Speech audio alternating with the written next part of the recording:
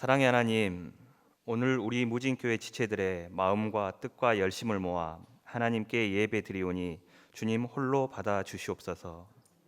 주님, 초록이 싱그러운 거리, 따뜻한 봄 햇살을 받으며 사랑하는 가족과 함께 손잡고 주님 전에 저희들 나올 수 있도록 한 주간도 돌보아 주시니 감사드립니다. 또한 오늘 스승의 날을 맞아 우리 아이들을 위해 헌신하시고 수고하시는 이 세상 모든 스승들에게도 큰 상급과 함께 건강과 화평의 복도 내려 주시옵소서. 주님, 화창한 봄날 따사로운 햇살을 받으며 이팝꽃 핀 거리를 걷습니다.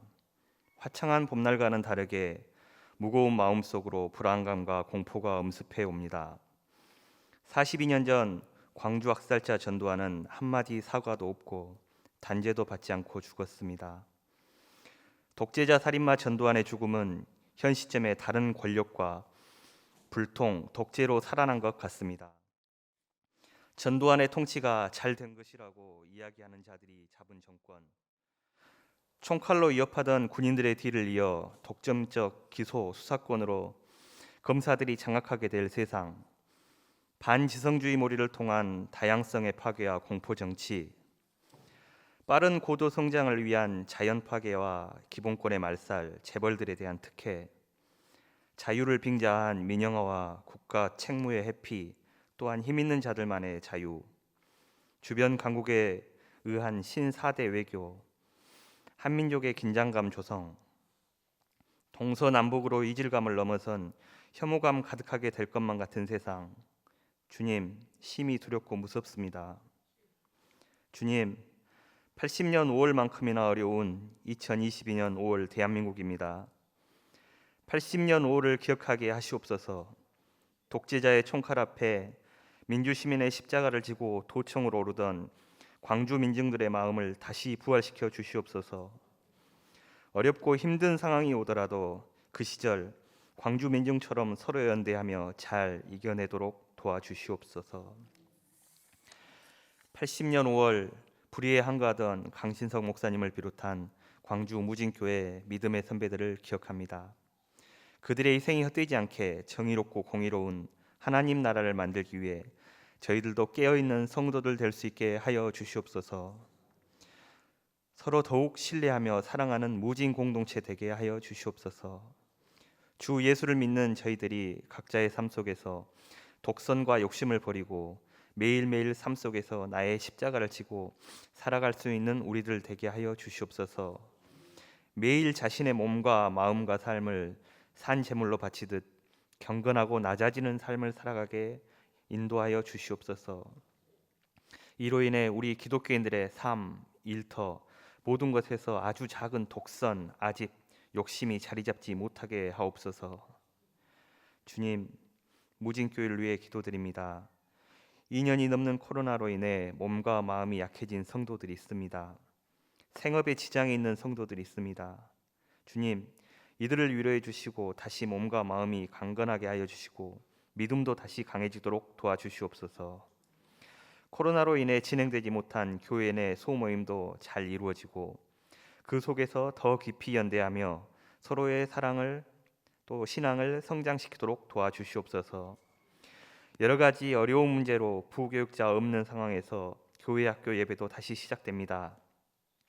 교사들에게 지혜를 주셔서 우리 아이들 믿음 잘 키워낼 수 있도록 도와주시옵소서. 오늘 장관철 목사님께서 세례 요한의 순교와 헤롯 안티파스로 말씀 전하실 때 목사님에게 능력에 능력을 더하셔서 주님의 말씀이 저희들에게 온전히 전달되고 삶으로 실천할 수 있게 하는 능력을 주시옵소서. 예배를 위해 헌신하는 성가대, 방송실, 안내위원 모두의 수고를 위로하시고 복을 내려 주시옵소서. 오늘 5.18 민주화운동 42도를 맞아 또 한 번 잔인한 역사가 되풀이되지 않게 늘 깨어 있으라고 광야에서 외치는 무주인교회가 되라고 독려하시는 우리 주 예수 그리스도의 이름으로 기도드립니다. 아멘.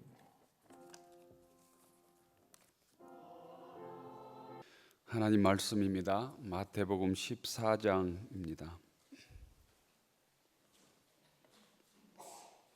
신약성경 23쪽 마태복음 14장 1절부터 12절까지 교독하겠습니다.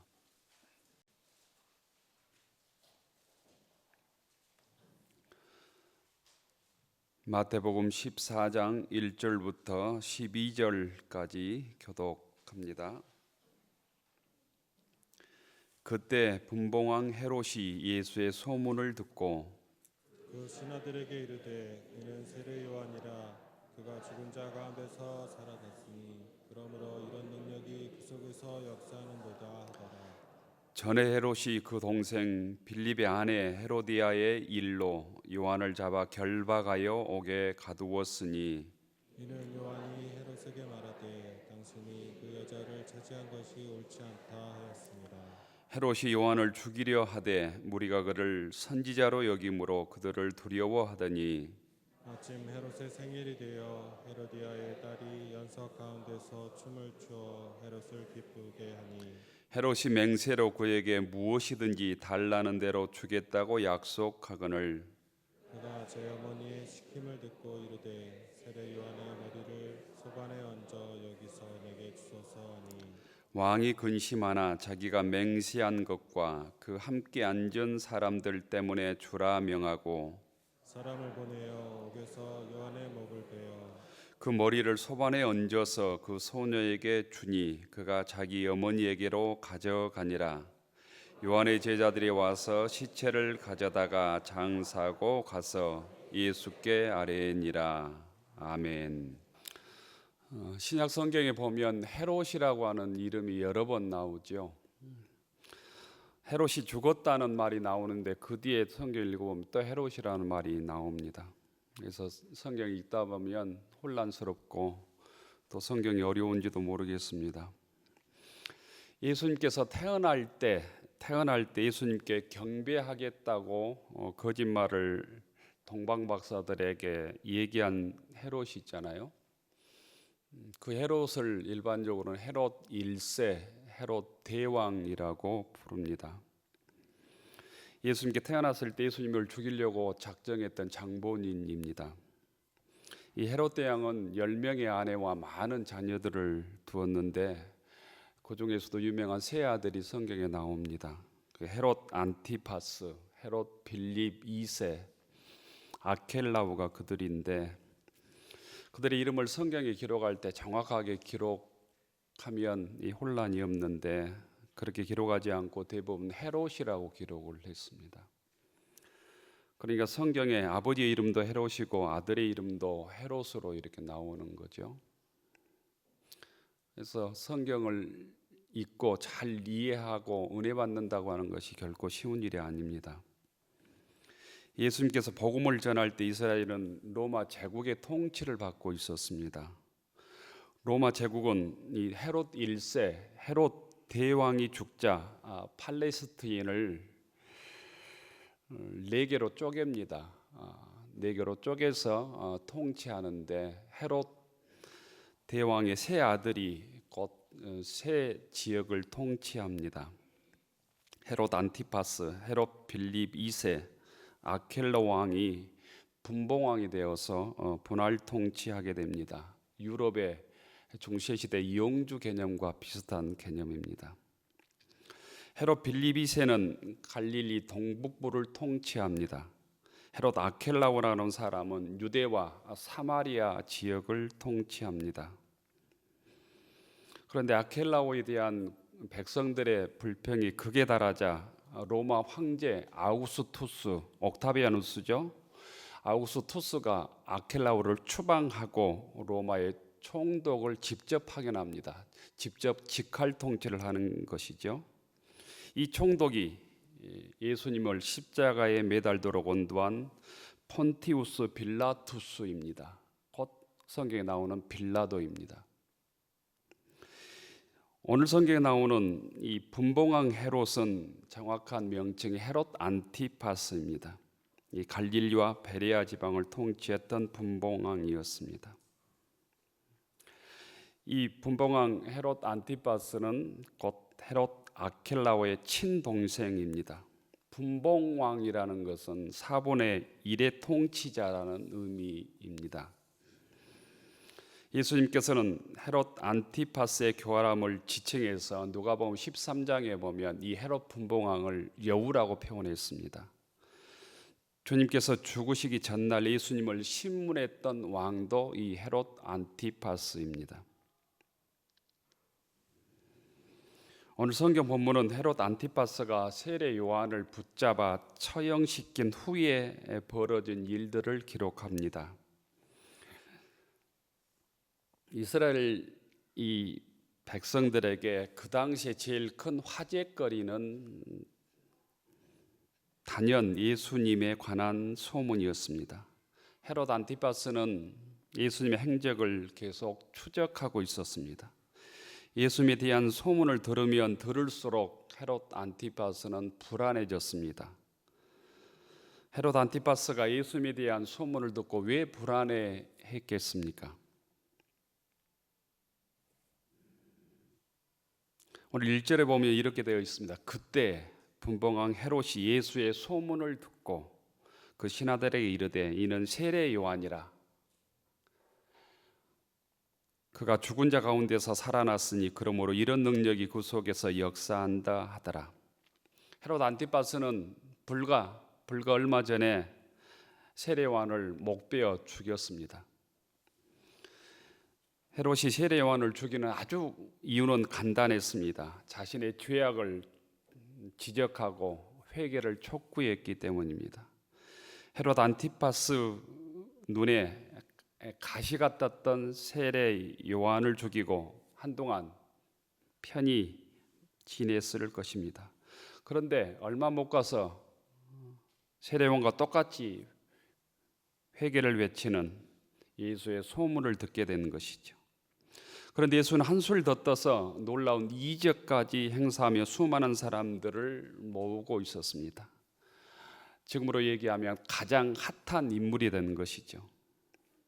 헤롯 안티파스는 불안감이 스멀스멀 올라오기 시작했습니다. 그 예수님이 죽었다가 살아난 세례 요한으로 생각되었기 때문입니다. 부활한 세례 요한이 예수님의 몸에서 역사한다고 헤롯 안티파스는 두려움에 떨었습니다.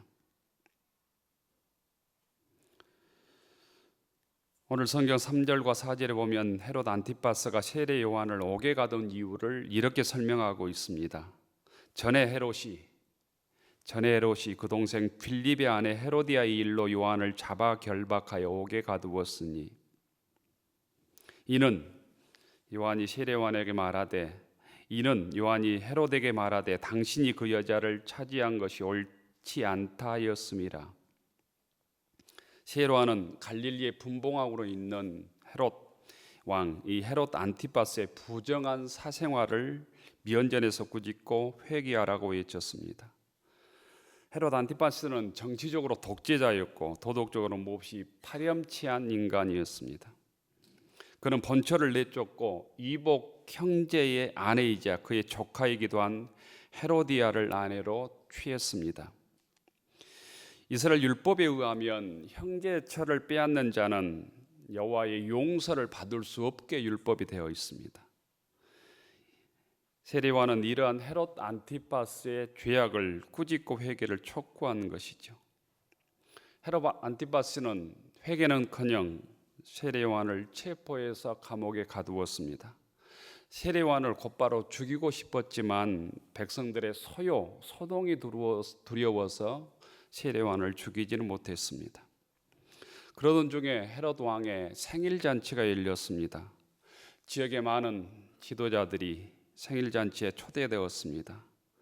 헤롯의 새로운 왕비 헤로디아는 어떤 방법으로든 세례 요한을 죽여서 자기와 자기 남편이 당한 치욕을 보복하고 싶었습니다.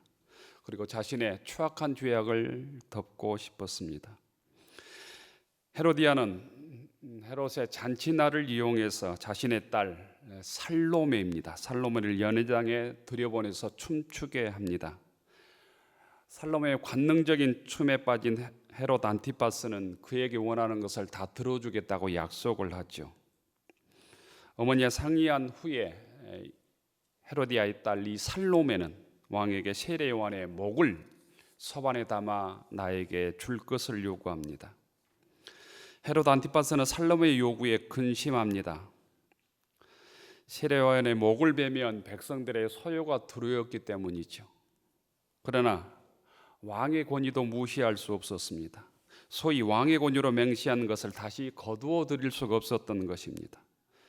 결단하고 감옥에 있는 세례 요한의 목을 베어 오게 합니다. 그리고 세례 요한의 목을 소반에 담아서 살로메에게 줍니다. 살로몬은 자기 어머니 헤로디아에게 세례 요한의 목을 가져갑니다. 이게 9절부터 11절까지 얘기입니다. 세례 요한의 제자들은 스승의 시신을 가져다가 장례를 치릅니다. 교우 여러분, 헤롯 안티파스를 통해서 인간이 얼마나 악독하고 잔인할 수 있는가, 자신의 욕망의 눈먼 인간의 타락의 끝이 어디인가를 볼 수 있습니다. 또한 헤로디아와 그의 딸 살로메를 통해서도 여인의 불타는 복수심을 봅니다. 인간의 추악함의 끝을 보게 됩니다. 사실 헤롯은 세례 요한이 죽인 것이 아니라 헤로디아가 죽였다고 보는 것이 더욱 정확한 표현입니다. 헤로디아는 자기의 딸까지 이용해서, 딸까지 동원해서 자신의 걸림돌 세례 요한을 제거하는 것이죠.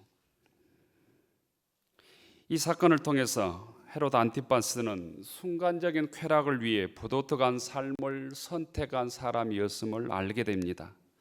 그는 부정하게 헤로디아를 취하기 위해 윤리적으로, 도덕적으로 인간이 해서는 안 되는 최소한의 윤리마저도 지키지 않는 부도덕한 삶을 선택하고 그것을 지우기 위해서 예언자 세례 요한을 죽입니다. 또한 헤롯은 하찮은 맹세 때문에 정의를 살해한 사람으로 성경은 기록합니다. 자신의 헛된 맹세를 지키기 위해 사람을 죽입니다. 예언자를 죽입니다. 헤롯의 허풍과 헛된 자존심 때문에 예언자 세례 요한을 죽이는 죄악을 저지른 것이죠. 자신의 체면과 욕심을 위해서 죄악에 손을 담그는 그런 사람이 교우들 중에는 없기를 바랍니다. 실수를 인정하는 것이 참된 용기이고 진실한 사람이며 진정한 실력입니다. 진정 강한 사람은 자신의 약점과 부족함을 겸손히 인정하는 사람인 것이죠. 교우 여러분, 하나님 앞에서, 그래서 우리는 하나님 앞에서 내 인간의 자존심을 앞세우지 않아야 합니다. 신앙생활하면서 자신의 체면을 말씀보다 앞세우지 않기를 바랍니다.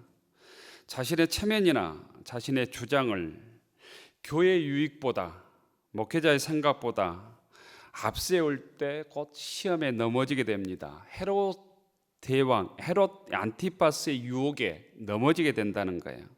신앙은 자신의 자존심을 내려놓는 것입니다. 가끔씩 교회에 와서 누가 나를 무시했다고, 목사님이 내 생각을 무시했다고 시험 들어서 교회를 떠나는 사람이 의외로 많습니다. 그건 신앙의 기본을 모르는 것이죠. 신앙은 내 생각을 인정받는 것이 아니고 내 생각을 내려놓고 하나님 앞에서 말씀으로 내 생각을 교정하고 바꾸는 것입니다. 체면보다는 주님의 은혜를 사모하는 것이 신앙이에요. 바른 신앙은 내 생각과 판단을 주님 말씀을 통해서 바꾸고 교정하는 행위입니다. 교회는 내 생각을 강구하게 하고 내 의견을 주장하는 곳이 아니라는 거예요. 세상의 생각을 교회의 잣대에 들이대고 내 생각을 무시했다고, 교회가 내 생각과 맞지 않다고 교회를 떠나는 것은 마귀의 유혹에 넘어지는 것이고 헤롯 안티파스의 유혹에 우리가 넘어지는 행위다라는 거예요. 교회는 세상의 완장을 떼고 주님 앞에서 어린아이처럼 겸손하게 주의 말씀에 순종하는 사람들의 모임입니다. 이런 교회 공동체가 무진교회 성도들이 되기를 축원합니다. 세례 요한이 체포를 당하고 죽임을 당한 것은 종교적인 이유지 때문이 아니었습니다. 그가 죽임을 당한 것은 권력자들의 죄악과 불의를 고발했기 때문입니다.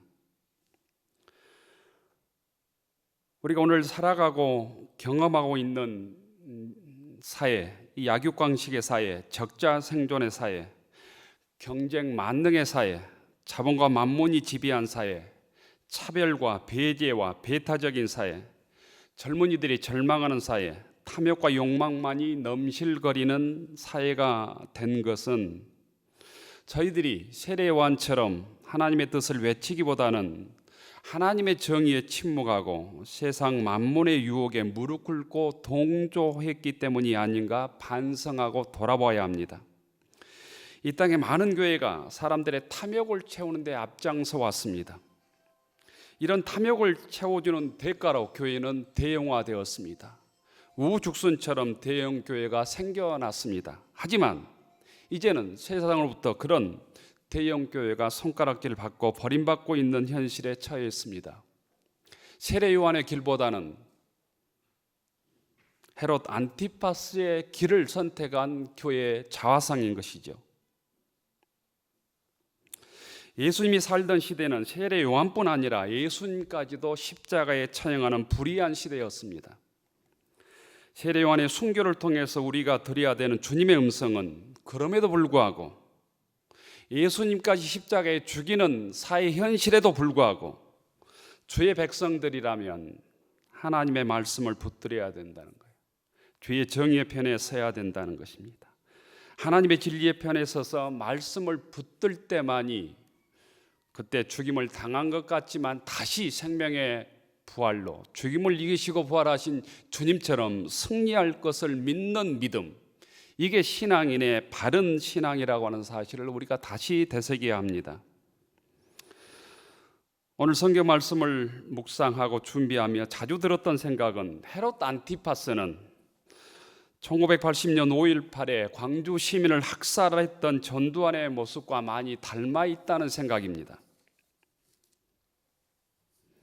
전두환은 작년 11월 23일 91세 일기로 오욕의 삶을 마감했습니다. 광주 시민들은 42년 전 세례요한처럼 불의한 정치 군인들을 향해서 군인들을 물러가라고 외쳤습니다. 5.18 이전 광주 지역 학생들의 구호를 보면 전두환은 물러가라, 비상계엄령을 해지하라, 언론자유 보장하라, 노동상권 보장하라, 학생 자율활동 보장하라 였습니다. 5.18을 넘어서 총칼로 시민들을 학살했을 때 구호가 바뀝니다. 김대중을 석방하라, 전두환은 물러가라, 김일성은 오판 말라, 계엄군을 몰아내자, 내 자식을 살려내라 등이었습니다. 광주 시민들의 이 외침은 지극히 평범하고 상식적인 외침입니다. 하지만 그 외침에 전두환과 신군부 쿠데타 세력은 물러나기는커녕 광주 시민들에게 총구를 겨누었습니다. 학생들과 광주 시민들을 구타하고 연행하고 집단 발포하여 온갖 잔인한 폭력을 행사했습니다. 국민들의 생명을 위해서 목숨을 내놓아야 될 사람들이 군인들입니다. 자국의 국민들을 위해서 목숨을 바쳐야 될 국민들이 자국의 국민들에게 총구를 겨누고 국민들의 생명을 헌시짝처럼 여긴 것이죠. 여기에 전두환과 신군부의 쿠데타 세력이 있었습니다. 42년 전 1980년 5월에 이곳 광주에서 무슨 일이 있었는가? 쿠데타를 일으킨 정치 군인들이 무고한 광주 시민들을 총칼로 학살한 일이 있었던 것입니다. 국가 권력을 가장한 무리들이 광주 시민들을 짐승처럼 학살한 국가 폭력이 있었던 것이죠. 아벨을 책임져야 될 가인이 도리어 아벨을 죽인 것처럼 국민들을 보호해야 될 군인들이 도리어 백주대낮에 민주화를 부르짖는 학생들과 시민들을 학살한 일이 이곳에서 있었습니다. 우리는 세상에 다른 사람이 있는다 할지라도 이 사실을 결코 잊어서는 안 됩니다. 이 사실이 잊혀지기 때문에 이 세상이 정글 세상이 되어가고 있는 것이죠. 이런 역사들이 다시 반복되고 있는 것입니다. 세계 앞에 자랑할 한국의 민주주의, 하지만 반대로 얼마나 취약한 한국의 민주주의 현실인가를 우리가 오늘 현실을 통해서 목도하게 됩니다. 경험하게 되는 것이죠. 5.18의 민주주의가 완성이 되었다면 6.29와 촛불혁명이 있을 필요가 뭐가 있습니까? 민주주의가 그만큼 허약하기 때문에 권위주의 세대가 거듭거듭 반복되고 있는 것입니다. 5.18 42주년을 맞이하면서 많은 사람들이 5.18을 향해서 지겹다고 얘기하기도 하고 5.18 단체들의 타락을 보면서 낙심하고 절망하기도 합니다. 그럼에도 불구하고 신앙인들은 잊지 않고 5.18의 정신, 다시는 이 땅에 그런 잔인한 학살들이 반복되지 않도록 신앙인의 결기를 믿음으로 무장해야 하는 것이 하나님의 뜻이라고 하는 사실을 절대로 잊어서는 안 될 것입니다. 세례요한의 죽음은 죽음으로 끝난 것 같지만 끝이 아니었습니다. 세례요한의 죽음은 죽음으로 끝나지 않고 새로운 시대를 알리는 출발이 되었습니다. 오늘 본문 12절에 보면 요한의 제자들이 예수님을 찾아갑니다. 세례요한의 죽음으로 헤롯과 헤로디아는 모든 걸림돌이 사라졌다고 생각했겠지만 예수님께 세례요한의 사역을 이어받아 이 땅에 천국 복음을 전하는 사역을 이어갑니다. 예수님께서는 기적과 이적을 능력을 드러내며 사람을 치유하며 하나님 나라의 복음을 이 땅에 선포하시고 불의를 고발하십니다. 이 소식을 듣고 헤롯 안티파스는 세례요한이 살아나서 예수님 속에서 세례요한이 역사한다고 불안에 떨었던 것이죠. 그런 나중에 유배를 당하고 비참한 최후를 맞게 됩니다. 42년 전 5.18의 광주의 시행도 전두환과 신군부의 승리로 끝난 것 같았지만 그 87년 6월 항쟁으로 촛불혁명으로 도도히 흐르고 흘러서 민주주의 역사의 초석이 되었습니다. 세상의 어두움 때문에 불의한 자들의 번성을 보며 우리들은 낙심하고 절망합니다. 악한 자들이 권력의 자리에 앉아서 큰 소리 치는 것을 보면서 우리가 낙심합니다. 그러나 성경을 보면 신앙인들이 왜 낙심하지 않아야 되는지를 보여주고 있습니다. 자신의 욕심과 탐욕을 보면서 불의한 자들이 채우는 그 권력의 영화를 보면서 우리가 낙심하지 않기를 바랍니다. 세례요한의 죽음이 다시 예수님을 통해서 하나님 나라의 사역으로 이어지기 때문입니다. 주님께서는 불의한 자에 대한 심판과 하나님의 백성의 영원한 승리를 오늘 우리들에게 약속하고 있습니다. 말씀에 순종하여 믿음으로 살아갈 때 우리들은 헤롯 안티파스의 불의를 이겨내고 주님의 뜻을 이루는 신앙의 공동체를 이루어갈 수 있습니다. 믿음의 사람은 희망을 포기하지 않는 것입니다.